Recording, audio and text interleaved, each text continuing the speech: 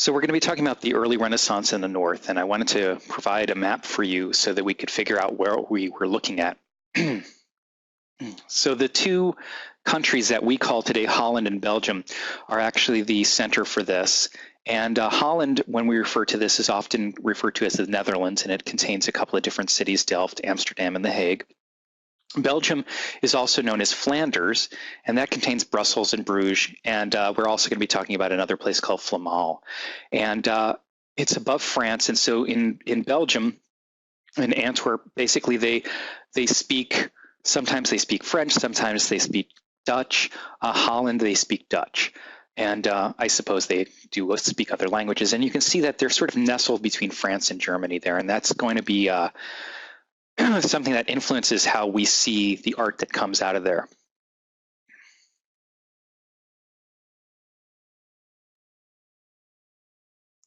Now we're going to 1413. So think about the fact that the Reformation comes in the 1530s. And I think that the geographic and regional styles relate to why the Reformation occurs. The style is very different in the North compared to Italy in the South. And we're looking at a small book that's called a Book of Hours.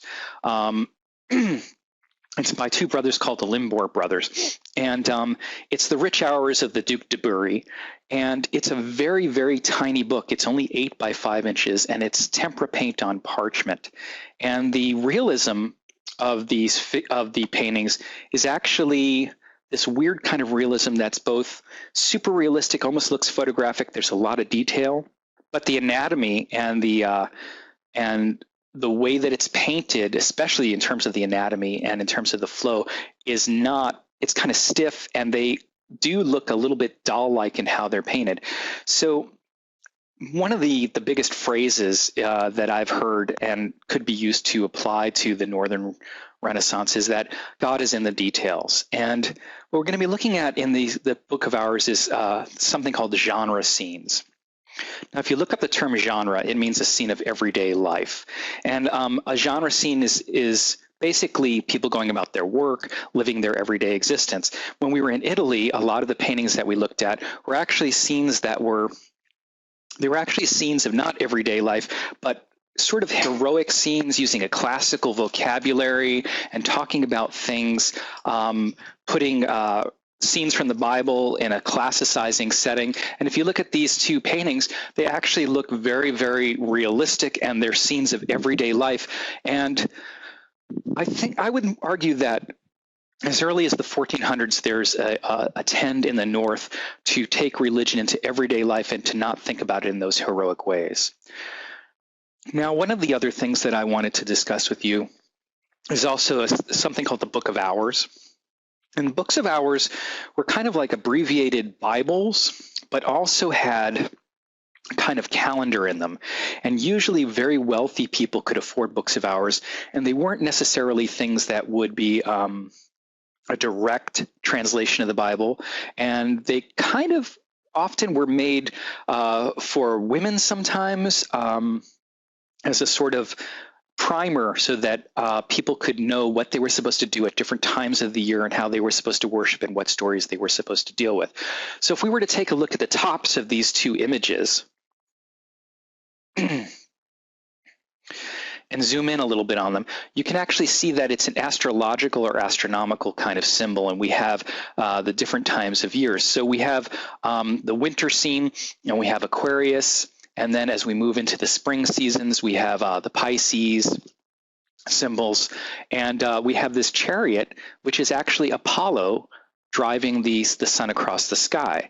And so probably what you're thinking is, why would they use astronomy and astrology at this point in time and think, because we usually associate that with some kind of witchcraft, but that's actually not the case in terms of the Renaissance. Actually, even in the medieval period, the Romanesque and Gothic periods, they actually thought that astronomy and astrology were one and the same thing, and that if you could figure out astronomical systems, you actually figured out the divine rational ordering of God. Okay. Now, there's also, when you look at these books of hours and we look at the scenes on the Book of Hours, you can see that it kind of ties in with Ecclesiastes, with the you probably heard that song by the Byrds. It's actually a direct quotation to everything. Turn, turn. There is a season. Turn, turn. And what we're seeing is the different seasons here and the different kinds of behaviors and of a good Christian or a good solid sort of citizen or family.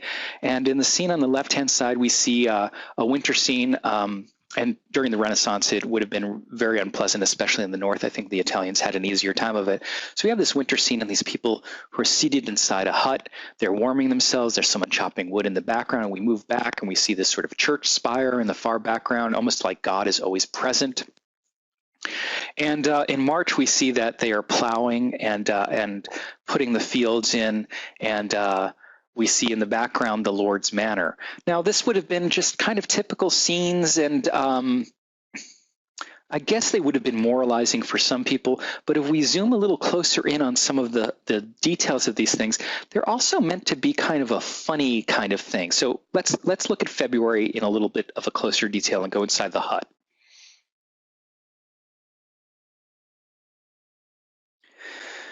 If you see this scene, everything's painted as realistically and as hardcore as you can. You can see that the the weaved fence that's in the foreground is painted super detailed.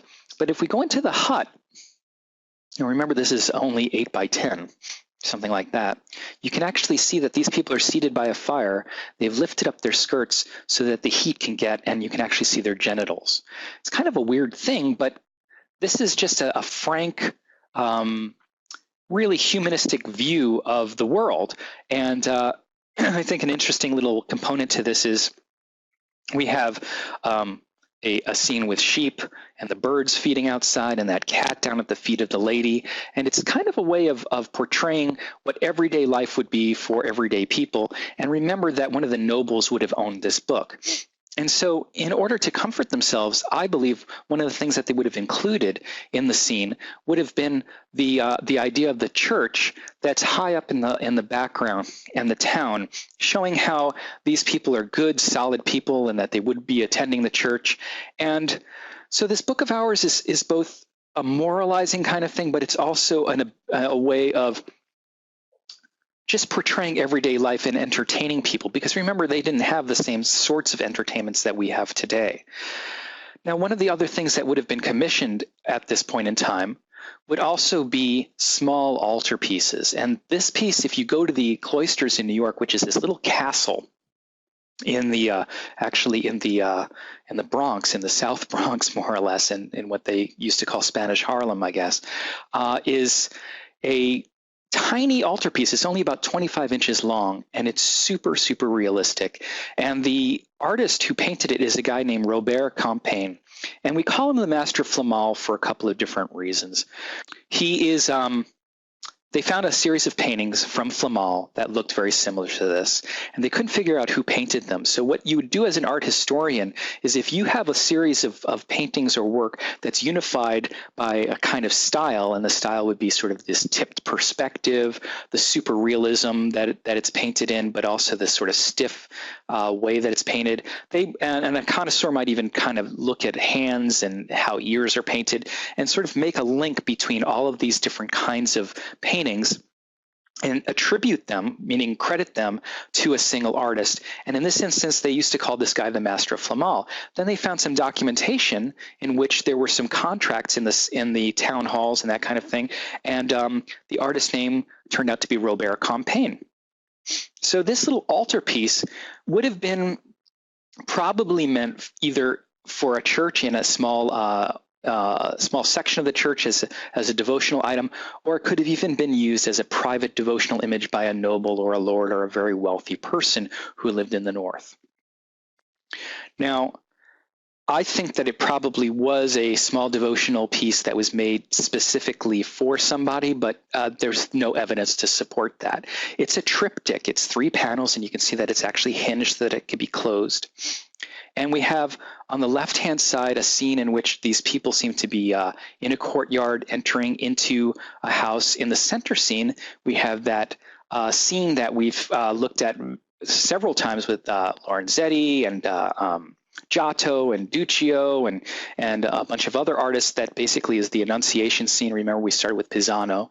And then on the right-hand side, in the outskirts of the frame, very similar to Pisano, but a kind of reversed kind of view is Joseph working on some rat traps, and we'll discuss that in a little bit. The way that this is painted, you can see that it's the 1420s, right? And when we looked at Masaccio, which was the 1430s, they already had linear perspective. So what do you think? These guys didn't get the memo? They didn't understand what was going on?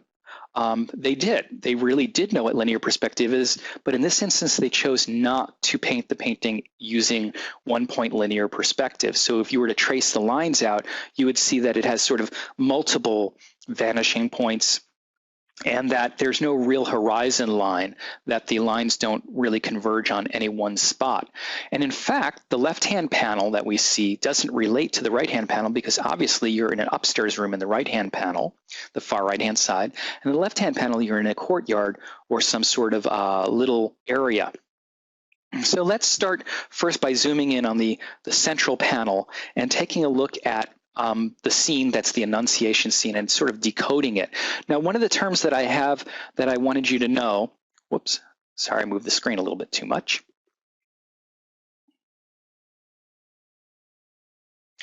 is a term called submerged symbolism.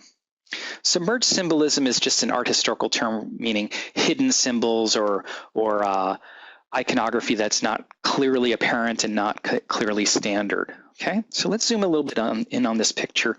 Take a look at the center panel and look at the sort of hidden symbols or submerged symbolism. Now, probably the first thing that you've noticed is that it's kind of a standard Annunciation scene. You have Gabriel on the left-hand side. He's sort of curtsying or kneeling before Mary. Mary is reading a book of hours, just like in the other paintings that we've seen. And we know it's a book of hours. And an interesting little component is books of hours would have silver and jewel encrusted covers. And so when you're holding it, you would have a cloth between your hands. On the table, it looks like there's another book of hours or another Bible. In the window, coming through the window above Gabriel's head on the left-hand side, you can actually see there is the Holy Spirit sort of almost skating in like a Superman holding a cross on a light beam headed towards Mary. So those are some pretty standard symbols. And then the last standard symbol that we see here is that Majolica vase, or that vase in the center that has the calla lilies blooming out of it. And remember in the Lorenzetti, we saw those Jewish prayer shawls called tallis. I think that's what that is hanging in the center of the picture as well, just to the right of Gabriel's head. So that's where the standard iconography is. Now let's go into what will be referred to as the submerged symbolism, because now art historians are like, so what are all these extra things? Why were they included? For instance, we have this vessel that's hanging in a little niche in the back there, just to the right of the Holy Spirit flying in. And that contains, it's a silver vessel with clear water in it. So one interpretation could be that is another symbol of Mary's purity. It could be holy water. It could be clear and pure water is a symbol of being baptized. So that could be one interpretation.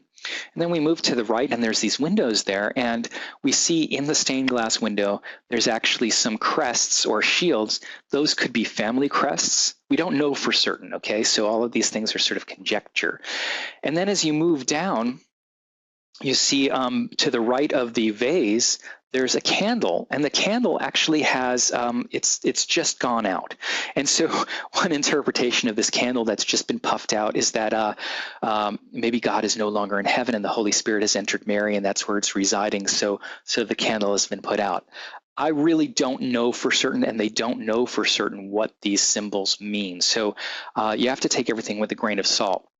Now, the last thing that I think is kind of worth mentioning, just as a fun little side detail, is have you noticed that the angels always have different colored wings and different kinds of gowns on? It's probably partially regional, and there were also even books that explained what kinds of rank an angel would be because of what color their wings were or how they looked.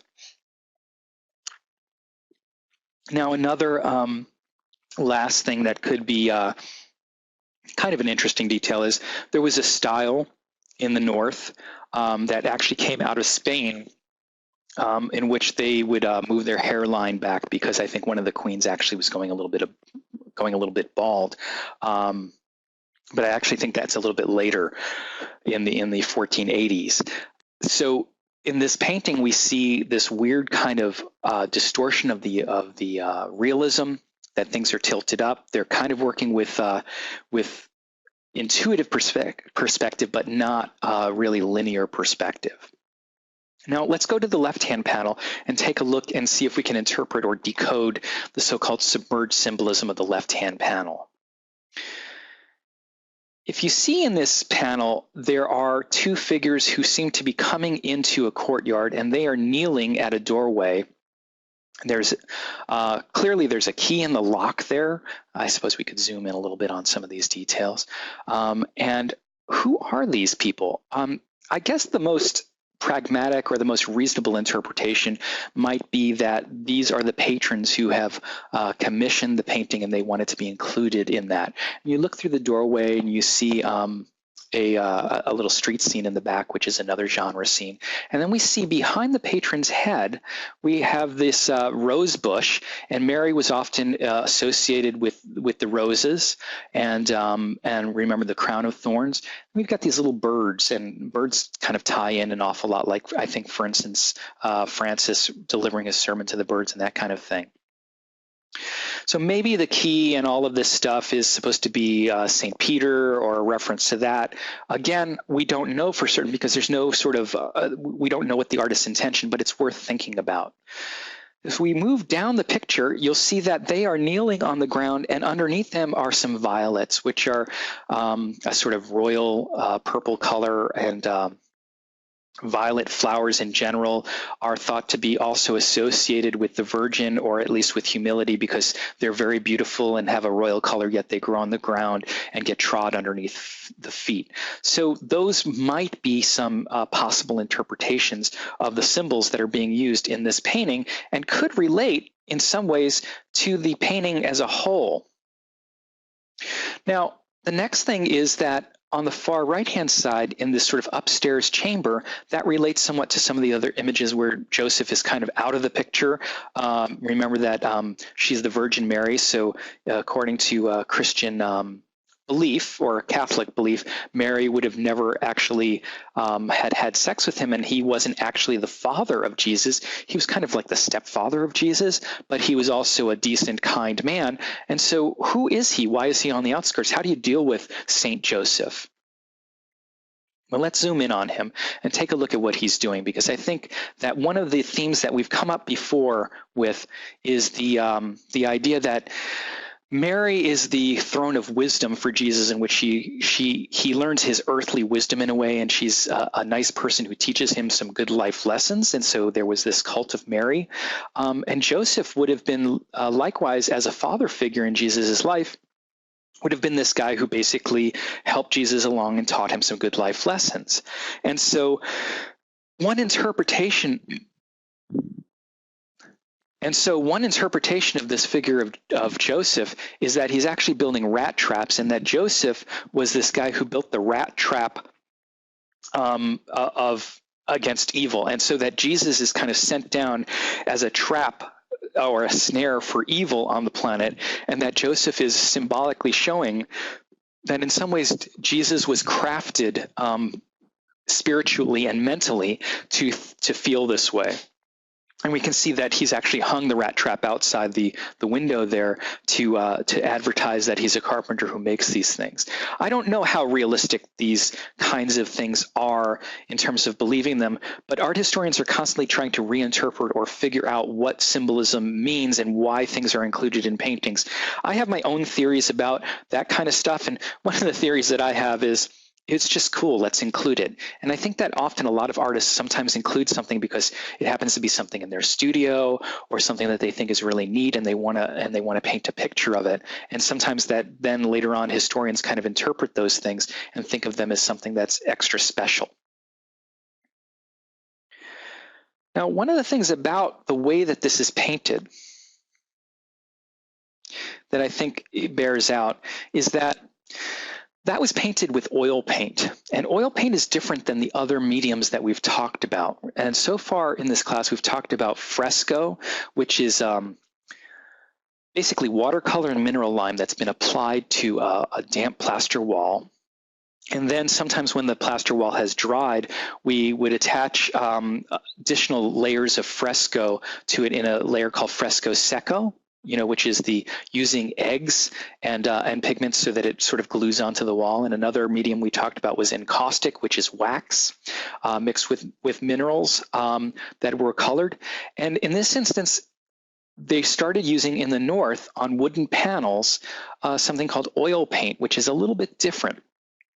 So there are different interpretations of it, and sometimes some people want to accredit Jan van Eyck with inventing oil paint. I think, again, it's kind of like the invention of perspective, that it was probably a series of trials and errors by a whole bunch of different artists.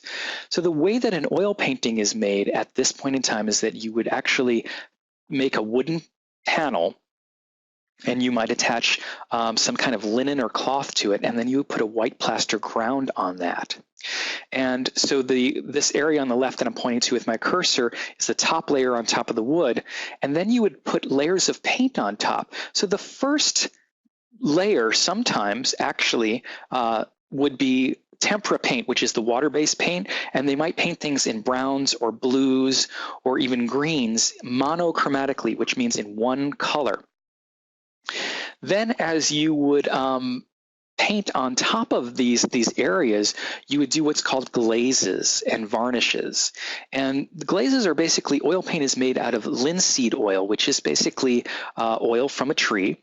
And as it dries, the particles of paint sort of float in that oily layer, and it becomes a kind of shellac that the light can bounce through, and it makes the colors a little bit more brilliant. It's kind of like, if you ever looked at a really fancy floor, a wooden floor that has thick coats of polyurethane on it, that's what linseed oil kind of dries into. It's this thick shellac.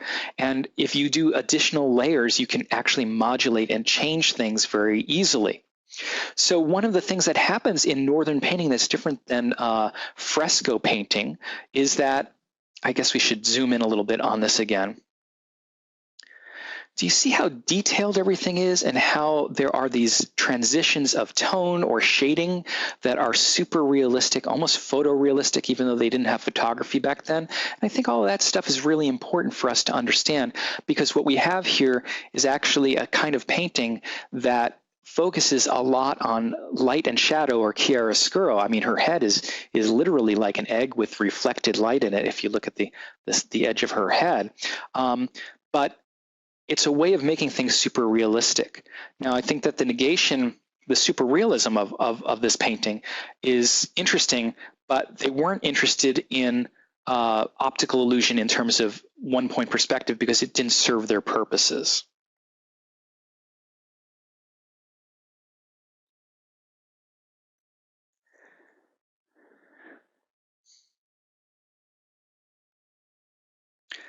The next, and probably one of the most famous paintings that you'll see, and you'll see this pop up again and again in your education, is a painting by a northern painter named Jan van Eyck.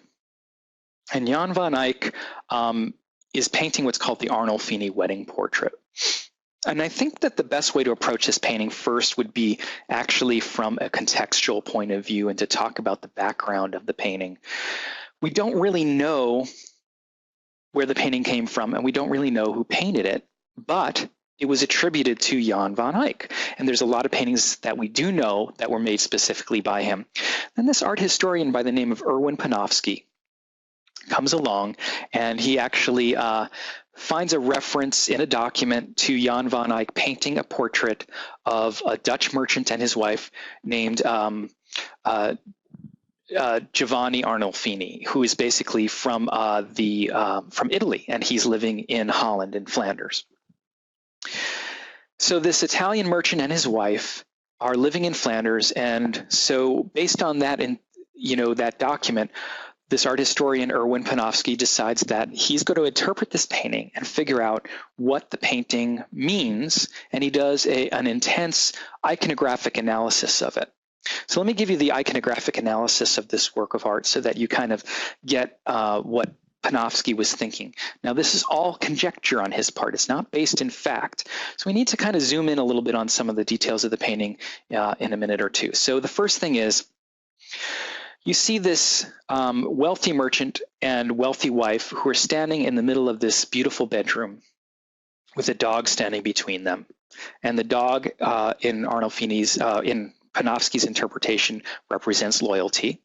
She has her hand in his, and they are, which is supposed to represent them getting married. And you didn't have to get married in a church. A lot of people didn't get married in churches. It was basically a sort of Christian and legal contract. Between them is this mirror that could represent the all-seeing eye of God. Above that is a chandelier with a candle in it that has a single flame burning it, which could be the light of faith. If we zoom in a little bit on some of the details on it, you'll see that in the window on the left-hand side, there's actually a series of oranges that are on a ledge, and also underneath it, which represents some sort of wealth. She's holding her gown up to her. She's not actually pregnant. It looks like she is, but it's actually extra material that she has pulled up across her belly to represent that she is going to get pregnant and she is being married, and that the green color represents, for Panofsky, her fertility. There's a little carving and a broom in the background, which could represent St. Margaret, and then the bed is the conjugal bed. If we move down, we see a Persian carpet. We also see that they have their shoes off, which represents, for Panofsky, that they're standing on sacred ground. Now, these are really cool interpretations, and Panofsky kind of adds to this interpretation literally by showing you some of the details. For instance, the chandelier that we see here underneath it is this mirror, and you can see signed above the mirror, it says Jan van Eyck voet hier. Jan van Eyck was here. He's signing it. So for Panofsky, that means that Jan van Eyck was witnessing a marriage. And in the mirror, you can see that we're looking at the back of Arnolfini and his wife and the artist who's painting it, which shows that for Panofsky, it's actually a wedding contract. And then we have these rosary beads on the left-hand side, these glass rosary beads. So those elements for Panofsky represent this wedding that is a sort of sacred event, and that's even heightened by the little medallions around the mirror represent the life and times of Jesus, sort of almost the stations of the cross.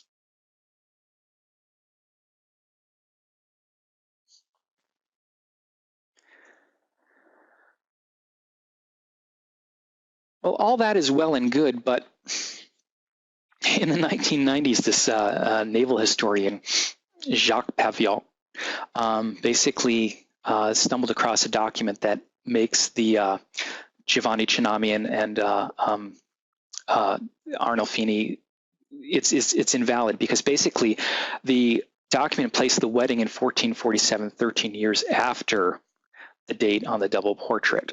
So, which means that, and 6 years after Van Eyck painted it. So what that means is it's anachronistic, it's out of time, and it doesn't make sense to interpret this as Jan van Eyck witnessing a wedding.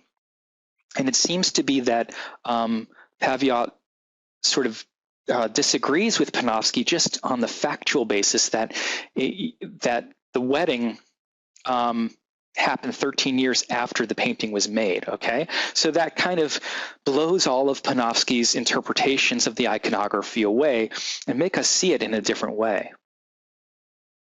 Now, another historian by the name of Craig Harbison actually suggests that this painting really represents something else. It represents, actually, for him, a yuppie couple who are showing how wealthy they are. And he actually wrote a book on Northern realism, and you can look him up, Craig Harbison. And basically what he says is, this is a sarcastic painting of this couple, because the Stations of the Cross and the mirror are all kinds of references to sort of a memento mori in a way, and that these people are super wealthy, and that he actually even found some documents in which they had beds in drawing rooms to show how expensive and how wealthy they were, but those were actually not used to sleep in. They were actually just an extra item. That the dog is this weak, cutesy little dog that doesn't represent anything, and so that this is sort of a sarcastic memento mori, or at least a sarcastic statement about yuppie couples during the Renaissance, and that's what Craig Harbison's interpretation of it is. You can decide what you believe, but it seems more logical to believe Harbison's based on the data. So what about the realism? This is obviously painted in oil paint, and the first layers would have been painted in tempera paint. It's not, again, we don't really see linear perspective. If you were to trace the points out, we'll do that in a little bit. It actually doesn't seem to conform to the Italian sense of what one-point linear perspective is. And we'll be studying that when we compare Masaccio's painting to this in a little bit. So some of the other things that have been suggested about this painting and the realism of it are that, how did they paint that, for instance, the chandelier? If you look closely at the chandelier and you look at that mirror, those are painted in such a super realistic way, and the foreshortening of, for instance, the arms of the chandelier that we're projecting out would have been really hard to do. How did he do that? How did he get that veracity, that visual truth to it, and at the same time not have linear perspective? Well, probably there's a sort of explanation for this offered by a contemporary artist. The contemporary artist's name is David Hockney, and what David Hockney suggested is that artists at this point in time used a visual device called a camera obscura. And a camera obscura is basically something that they really did know about, and they did have lenses. They even had eyeglasses at that point in time. I think they started making eyeglasses around the 1300s or 1200s. So it's possible, considering that we know about Alberti's veil and these other things, that they started using some sort of projecting device. And I have a woodcut that kind of shows a little bit better how it works. So this woodcut basically shows a camera obscura. Camera means room, obscura means dark. And they figured out that, with a pinhole, you can actually project an image into a darker space, and it'll just be flipped upside down. Now, you could actually use a mirror to reverse this, but the whole idea is that as long as you have a curtain and a hole in it, and if you use a lens to focus it, even better, and then you can draw out the details. So what Hockney suggests is that Jan van Eyck actually used the camera obscura and just sort of collaged together, almost like Photoshop, all of the different components of his painting, and that's why they're painted so realistically. The camera obscura is an item that's going to come up later on when we study another northern painter, Vermeer. And so I wanted to introduce you to this idea. I don't know how truthful these things are. It just kind of makes sense, and it's a theory that you should know about.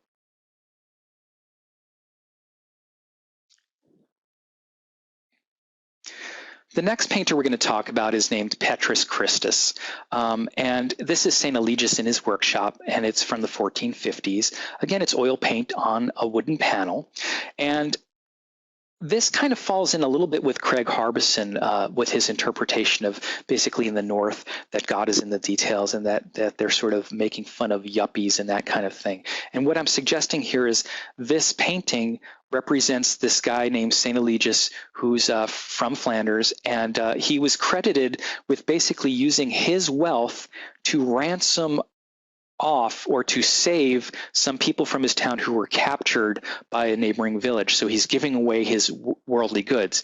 The people standing behind him, and it's kind of interesting that the woman is reaching for the scale with the money on it, could be the patrons. If you look closely at this painting, you'll see that everything is painted super realistically, and St. Eligius is this guy who is actually a moneylender and a merchant, and that is also an important component. So let's zoom in a little bit on some of the elements of this painting and see what we can see. If you look at the top of the painting, the first thing that you'll notice is that there are all these sort of wealth and prestige items. For instance, Venetian glass, which would have been imported from Venice, from Italy, all the way to the north. Coins, spices, glass beads, things like that that were super wealthy. And one of the main things that a merchant would have been doing at this point in time is actually using a set of scales to weigh gold against other kinds of precious metals to determine value of things. And so in a way, he's kind of like a pawnbroker and a stock commodities exchange person.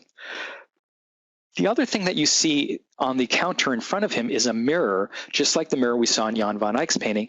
And this is pretty standard practice, just even in shops today, where, you know how when you walk into a 7-Eleven or something like that, they have a mirror so the cashier can see who's coming in the door. Well, that's what that mirror is there for. But mirrors are also blown glass with a silver backing, right? So mirrors are also very expensive items because at that point in time, they didn't use chrome, they used silver. So a mirror would have been a wealth or a prestige item.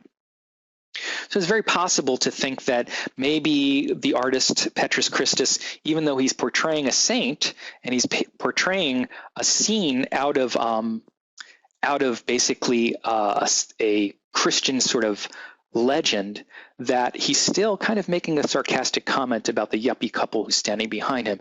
And the fact that the female is kind of reaching for the money is something that we also see in some other things. So let's take a look at that.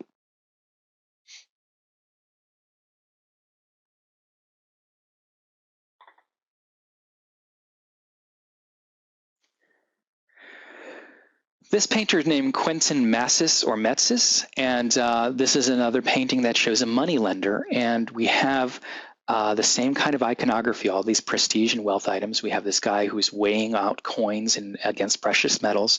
In the foreground, you see a mirror that's showing people in the background, and we have a Venetian or crystal in the foreground and some pearls. And so this moneylender is sitting here, and he is actually doing his job, which is basically accounting his money and figuring things out. And his wife, who's sitting there with the Book of Hours, is turning the pages of the Book of Hours, but notice where her gaze is, where she's looking.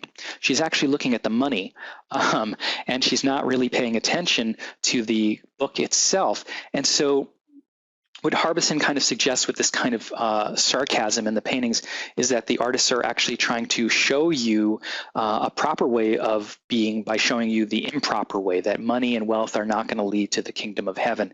This also kind of relates to that Augustinian interpretation that we talked about in terms of Masaccio in the last video. Let's take a closer look at some of the details, because I think that the whole thesis of my lesson, God is in the details, and how later on this is going to lead to the Reformation is kind of important. If you look at this, this detail, you can see that the coins are painted in super realistic detail. So are every single pearl. Now, you have to think that part of this is before photography. So when you paint details, it's really a way of persuading people what a great painter you are. Today, we're more interested in how well things are drawn. And of course, things are a little clunky and awkward in some of the drawing here. Like, for instance, if you look at the elliptical forms up here, some of them are a little wobbly. For instance, this little container here, the ellipse on it is a little weird. So is the one on this and some of the coins. But when you look at how realistically it's painted, you don't notice that kind of thing. So probably genre scenes of everyday life in the Northern Renaissance are a precursor or a prefiguration of what's going to happen in the 1530s when Martin Luther comes along and the Protestant Reformation gets going, because they're already looking at things in a very different way than the Italians, and they always have. There's very big political, sociological differences between Italy and the North. The North was still almost feudal, and there were knights still in existence and princes and kings, whereas a lot of Italian cities were republics. And they also had a different attitude towards religion, because remember that the Pope is in Italy. And so a lot of these things are going to add up later on into a change in the systems.